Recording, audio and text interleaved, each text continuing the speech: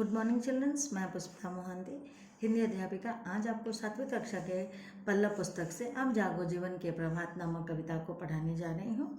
इस विषय को प्रारंभ करने से पहले बच्चों, आप सभी से अनुरोध करती हूँ कि आप अपने हिंदी पाठ्य पुस्तक को खोलकर अपने सामने रखें और साथ ही एक पेंसिल भी लें, जिसका कारण है कि इस कविता में आए हुए कठिन शब्दों के अर्थ को जब भी मैं आपको समझाती जाऊंगी या बताती जाऊंगी, आप उन कठिन शब्दों के अर्थ को अपने पुस्तक के किनारे पर लिखें या अथवा अपने पास रखे किसी भी नोटबुक पर लिखें, ताकि आप जब भी दोबारा इस विषय को पढ़ें आपको यह कविता आसानी से समझने में आ सके। आइए इस विषय को शुरू करते हैं। बच्चों देखो, यहाँ पर एक लाल रंग के ब्रैकेट में सफ़ेद और नीले रंग से कुछ लिखा गया है। पाठ से पहले, प्रातः काल सूर्योदय होते ही पूरी सृष्टि में नव जीवन का संचरण होता है। कवि ने इस कविता में जीवन के नव जागरण का संदेश दिया है। क्या कह रहे हैं कवि? इसके उक्त कविता के कवि हैं श्री जयशंकर प्रसाद जी, जिन्होंने इस कविता में प्रभात के माध्यम से नई आशा का संचार करने के लिए अर्थात जागरण का संदेश दिया है। कवि कहते हैं, अब उठने का समय आ गया है, या आप उठो और अपने नए नए कार्य के लिए आगे बढ़ो। आइए इस विषय को, अब हम इस कविता को पढ़ते हैं। आगे मैं इसको पढ़ाने के साथ साथ व्याख्या भी करती जाऊंगी, ध्यान दें। अब जागो जीवन के प्रभात, वसुधा पर ओस बने बिखरे, हिमकन आंसू जो क्षोभ भरे, उषा बटोरती अरुण गात, अब जागो जीवन के प्रभात। तब नयनों की ताराएं सब मूंद रही, किरण दल में है अब चल रहा सुखद यह मलय बात, अब जागो जीवन के प्रभात। रजनी की लाज समेटो तो कलरव से उठकर भेंटो तो, अरुणांचल में चल रही बात, अब जागो जीवन के प्रभात। जयशंकर प्रसाद, जीवन मूल्य प्रकृति हमें जीवन का संदेश देती है। तो आइए देखते हैं इस कविता का संपूर्ण अर्थ। अब जागो जीवन के प्रभात, ये मेरे जीवन के जो आशा है वो अब जाग खड़े हो या जाग जाओ। प्रभात हो चुका है, सुबह हो चुकी है। वसुधा पर ओस बने बिखरे, धरती पर क्या हुआ है? धरती पर ओस की बूंदें बिखर कर पड़ी हुई हैं। ओस की बूंदें, आप ओस से क्या समझते हैं बच्चों? सर्दियों के मौसम में आपने देखा होगा कि घास फूस पर या पेड़ की हरी भरी पेड़ पत्तियों पर एक पानी का एक बूंद, ठंडा पानी का एक बूंद चिपका हुआ सा नज़र आता है।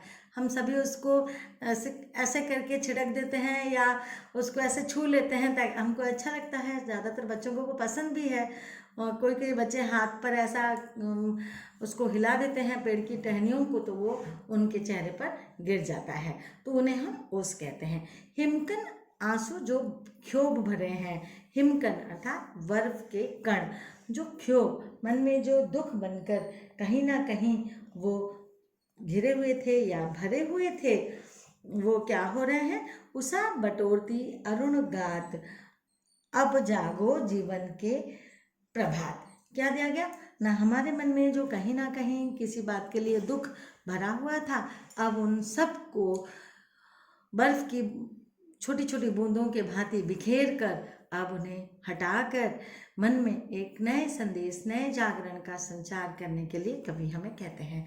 इसका संपूर्ण अर्थ देखते हैं। कवि कहते हैं, सुबह हो चुकी है और बर्फ रूपी दुख की समाप्ति भी हो चुकी है। लालिमा युक्त किरणें धीरे धीरे फैलने लगे हैं, अर्थात सूर्य पूर्व दिशा से निकल रहा है और हमें इस बात की प्रेरणा दे रहा है कि अब उठो और अपने नए लक्ष्य की ओर आगे बढ़ो। दूसरा पैराग्राफ देखिए। तम नयनों की ताराएं सब मूंद रही, किरण दल में है अब चल रहा सुखद यह मलय बात, अब जागो जीवन के प्रभात। क्या कह रहे हैं कवि? तम नयनों, जो आँखों में जो अंधियारा था, यानी जो ताराएं बसी हुई थी आसमान में, जो अंधियारा था वो अब छिपने लगा है, हटने लगा है। मूंद रही किरण दल में है अब।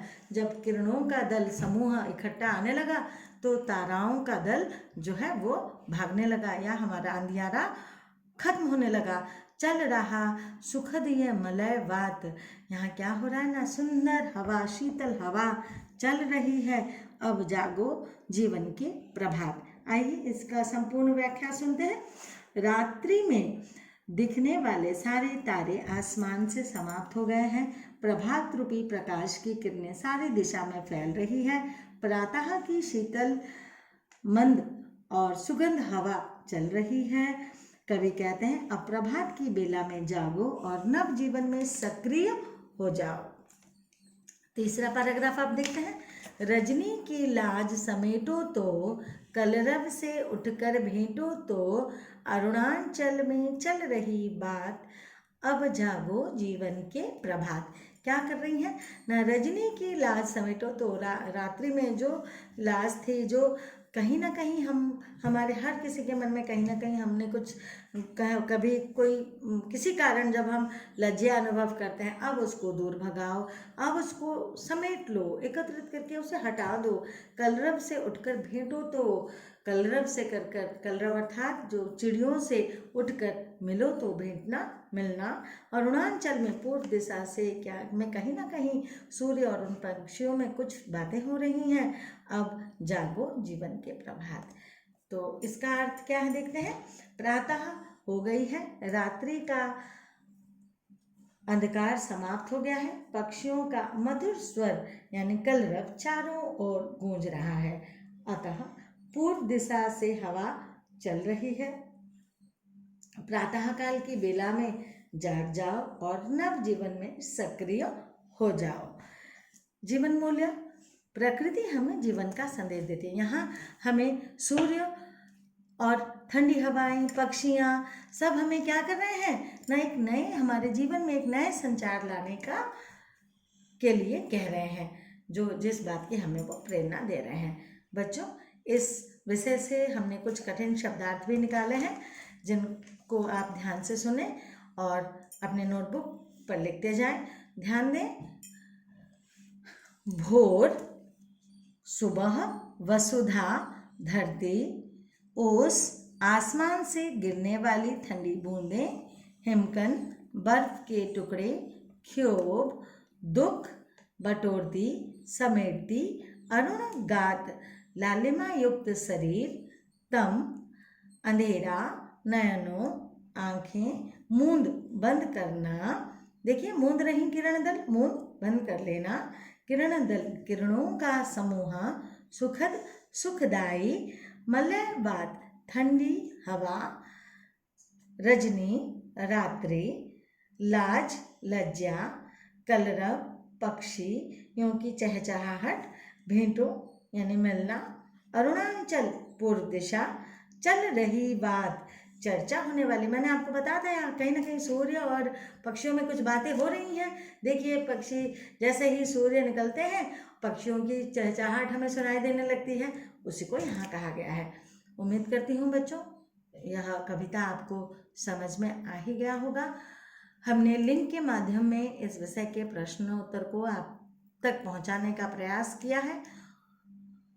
अगर इस कविता में आपको कहीं भी कुछ संदेह है तो आप लिंक में दिए गए नंबर पर हमें पूछकर, फ़ोन कर अपना डाउट क्लियर कर सकते हैं। लेकिन एक बात का ध्यान रखें कि वे बजाय कॉल ना करें।